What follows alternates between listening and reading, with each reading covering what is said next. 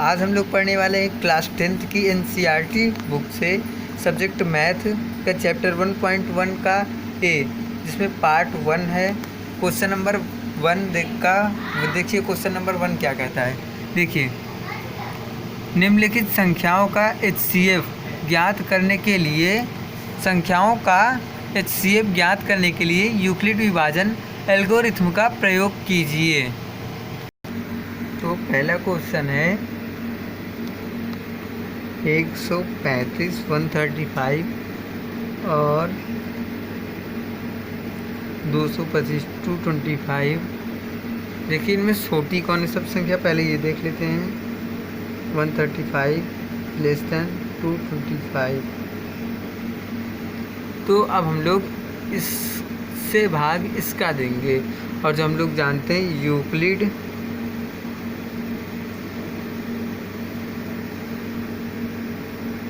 विभाजन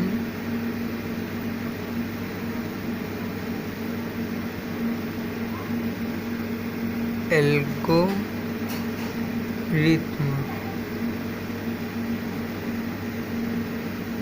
वो है A = B Q + R। इसका हिंदी में अर्थ होता है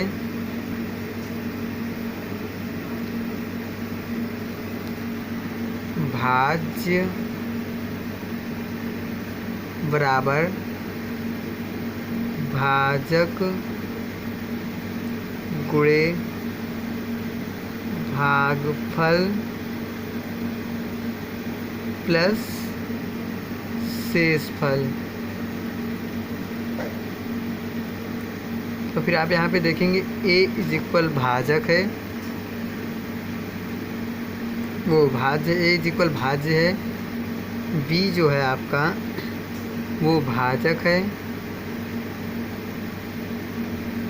जो R है, नहीं, जो Q है आपका वो भागफल है, और जो आपका R है वो है शेषफल।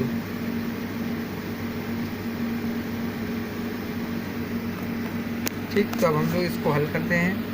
देखिए 135 × 225 भाग देते हैं, कितने बार जाएगा? एक बार जाएगा। 135 लिख देते हैं। इसको 225 225 से 135 घटा लेते हैं। देखिए क्या आता है,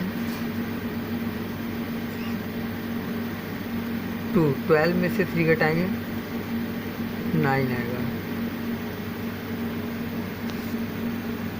अब देखिए इसका भाग इसमें नहीं जाएगा। देखिए अब इसको 90 से 135 का भाग दे देते हैं। ये भी एक बार जाएगा, 90 आ जाएगा। इसको घटा लेते हैं, 5 4 45 आएगा। अब ये 90, 45 से 90 का भाग देंगे, यहाँ पे 2 आएगा और यहाँ पे 90 आ जाएगा। तो ये जो होगा हमारे HCF होगा, हाईएस्ट कॉमन फैक्टर। अब हम लोगों को एक और काम करना है, इसको इस सूत्र के अनुसार से रखना है। देखिए यहाँ पर देखते हैं, जो A होगा पहले नंबर के लिए वो, देखिए वैसे मैं आपको एक अलग तरीके से एक चीज़ बताना चाहूँगा। यहाँ पे जो संख्या होगी वो होगी भाज्य = A। यहाँ पे जो होगा भागफल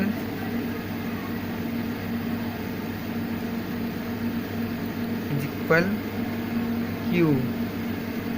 यहाँ पे होगा भाजक = B। यहाँ पे जो आपका आएगा आखिर में शेषफल = R। तो इसी तरह आपको रखना होगा। देखिए अब हम लोग अभी लिखेंगे, सूत्र लिखेंगे। पहले A = B BQ + R के रूप में लिखने पर देखिए 225 इज इक्वल 135 इंटू 1 प्लस 90। अगर आप इसको जोड़ेंगे, जो कह रहा है ये गुणा करेंगे फिर जोड़ेंगे, तो आपका 225 ही आएगा। फिर अब देखिए यहाँ पे 135 इक्वल 90 इंटू 1 प्लस 45, फिर 90 is equal 45 plus 4 into 2 plus 0। जो आपका यहाँ पे शेषफल होगा वो 0 होगा। तो अब आपका जो HCF होगा ये HCF होगा, हाईएस्ट कॉमन फैक्ट। तो आप HCF बराबर 45, आपका ये आंसर हो जाएगा।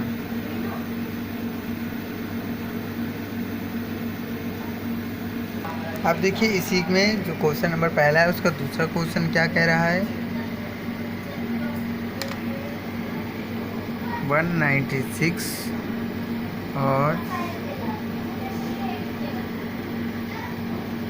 38,220। अब देखिए इसको मैं शॉर्ट में करके दिखाऊंगा क्योंकि मैं आपको पहला क्वेश्चन सही से बता चुका हूँ।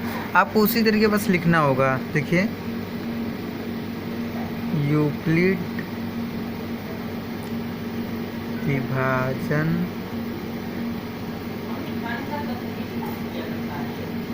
एल्गोरिथम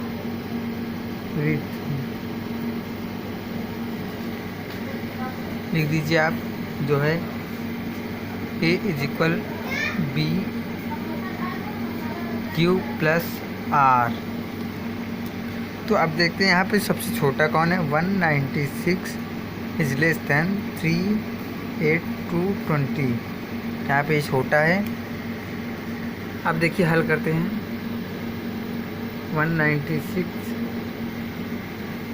38,220। देखिए यहाँ पे 2 बार नहीं जा पाएगा, एक बार जाएगा 196 आ जाएगा। यहाँ पे आप घटाएंगे तो 6 आएगा, यहाँ पे 8 आएगा, 186 आएगा और फिर यहाँ पर से 2 उतार लेते हैं। अब देखिए कितने बार जाएगा, 2 बार नहीं,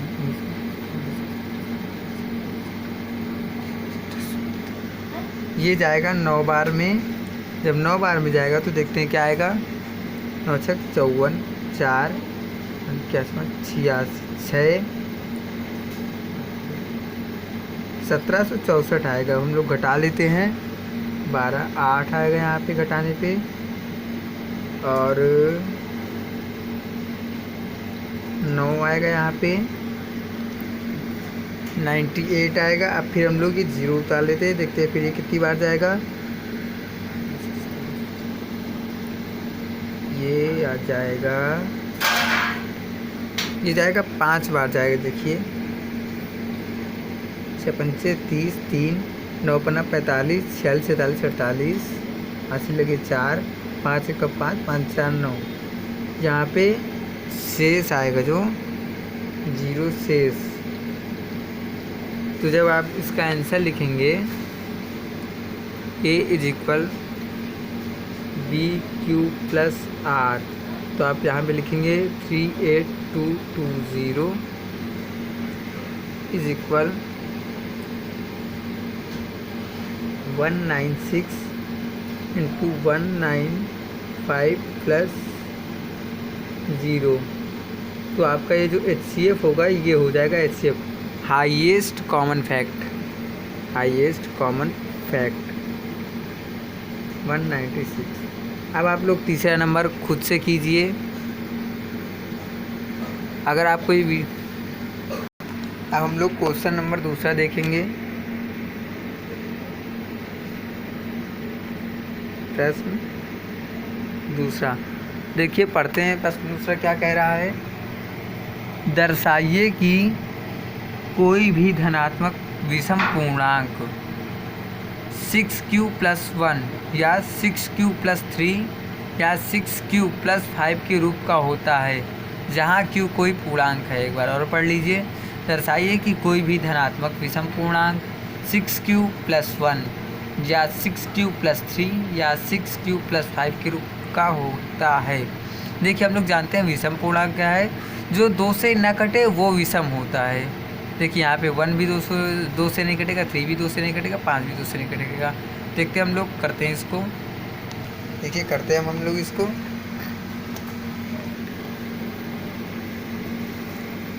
यहाँ पे लिखेंगे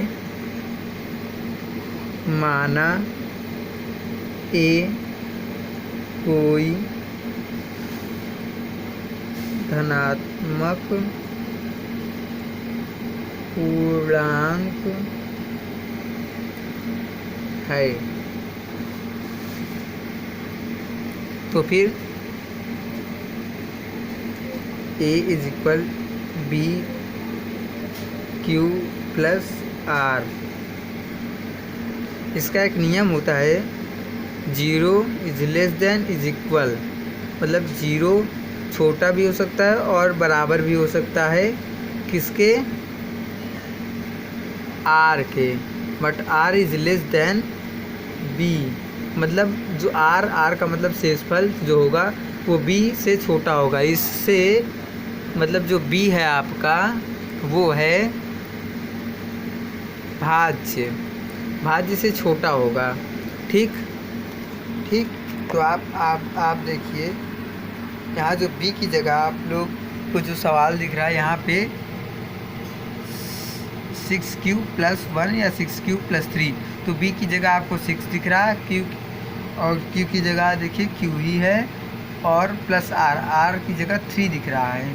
देखिए, इसका मतलब R = यहाँ पे इसका रियल फॉर्म लिख लेते। देखिए, 0 R आपको पता ही नहीं है, <6,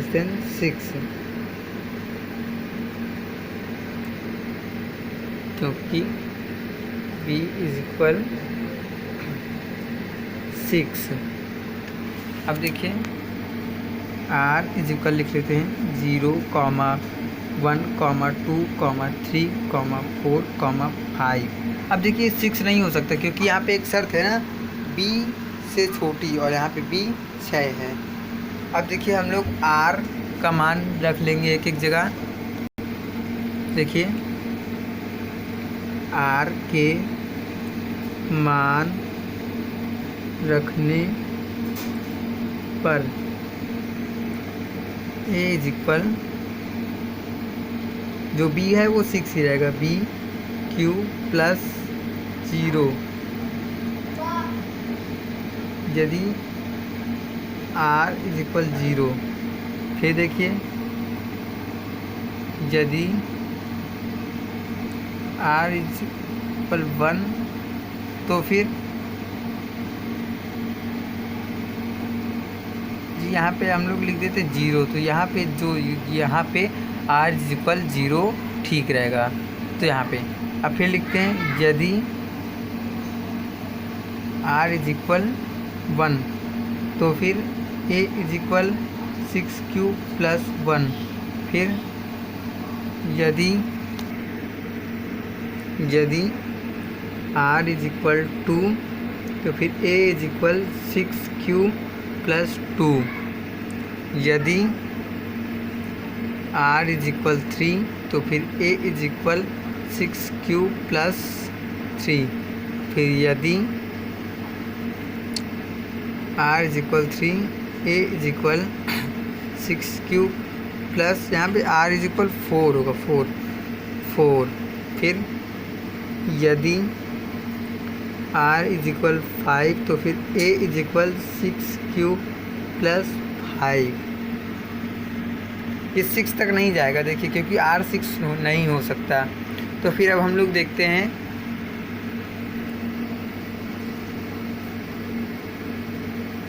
इनमें विषम पूर्णांक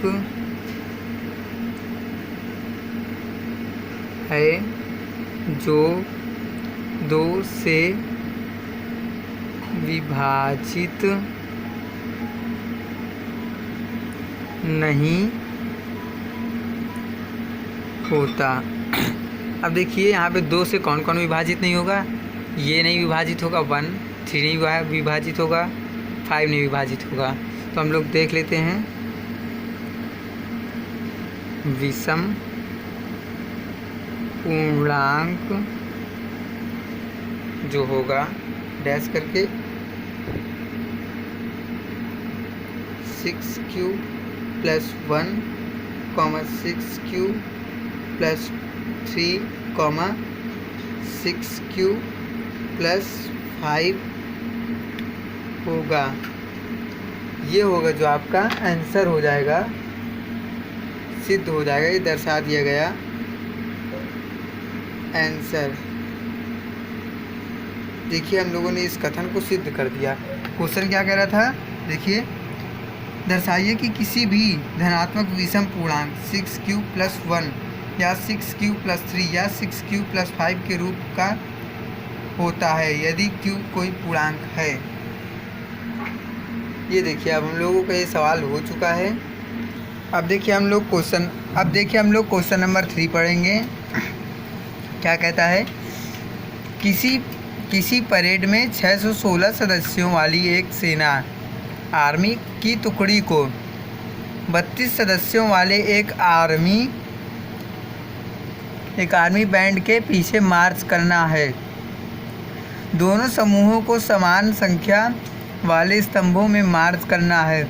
उन स्तंभों की अधिकतम संख्या क्या होगी जिसमें वे मार्च कर सकते हैं। एक बार और पढ़ते हैं। किसी परेड में 616 सदस्यों वाली एक सेना आर्मी की टुकड़ी को 32 सदस्यों वाली एक आर्मी बैंड के पीछे मार्च करना है। दोनों समूहों को समान संख्या वाले स्तंभों में मार्च करना है। उन स्तंभों की अधिकतम संख्या क्या है जिसमें वे मार्च कर सकते हैं। देखिए अब हम लोग हल करते हैं। पहले लिखते हैं, परेड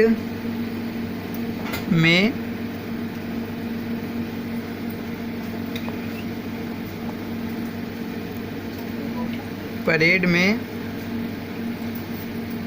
सदस्यों की संख्या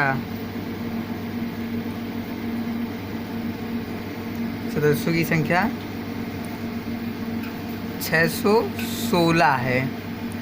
और देखिए फिर एक टुकड़ी में सदस्यों की संख्या 32 है। और हम लोगों से पूछ रहा है कि स्तंभों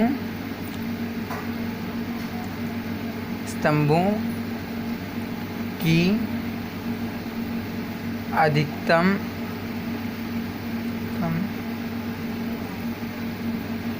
संख्या कितनी होगी।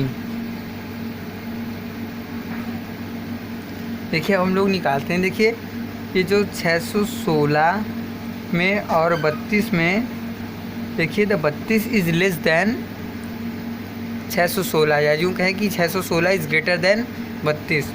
अब देखिए जो 16 है उससे, जो 32 है उससे 616 का भाग, 32 से 616 का हम लोग भाग देते हैं। कितने बार जाएगा, एक बार।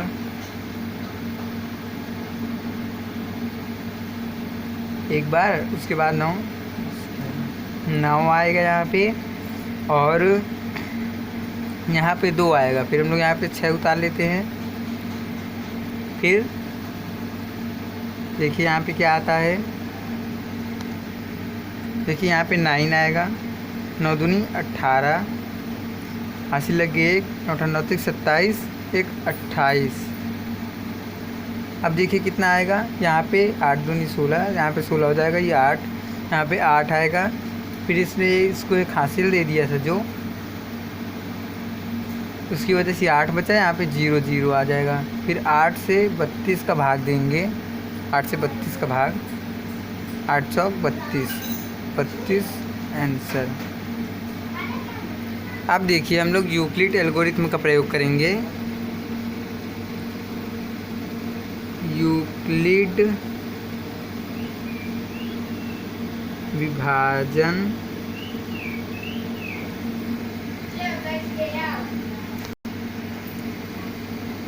एल्गोरिथम,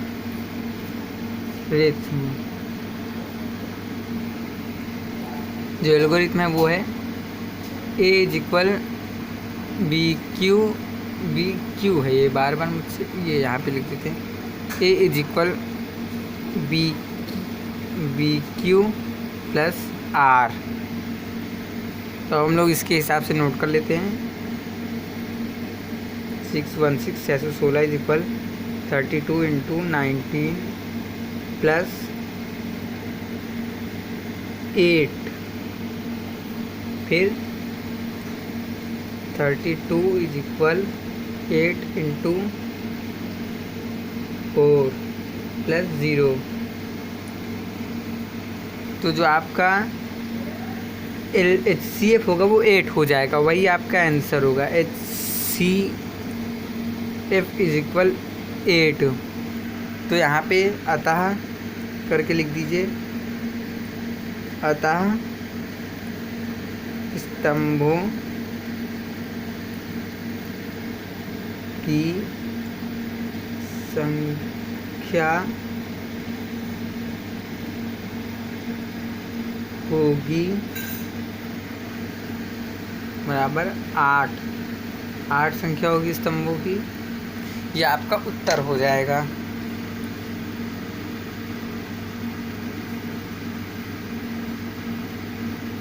अब इसके आगे के क्वेश्चन के आंसर अब हम लोग दिखाएंगे पार्ट 2 पे।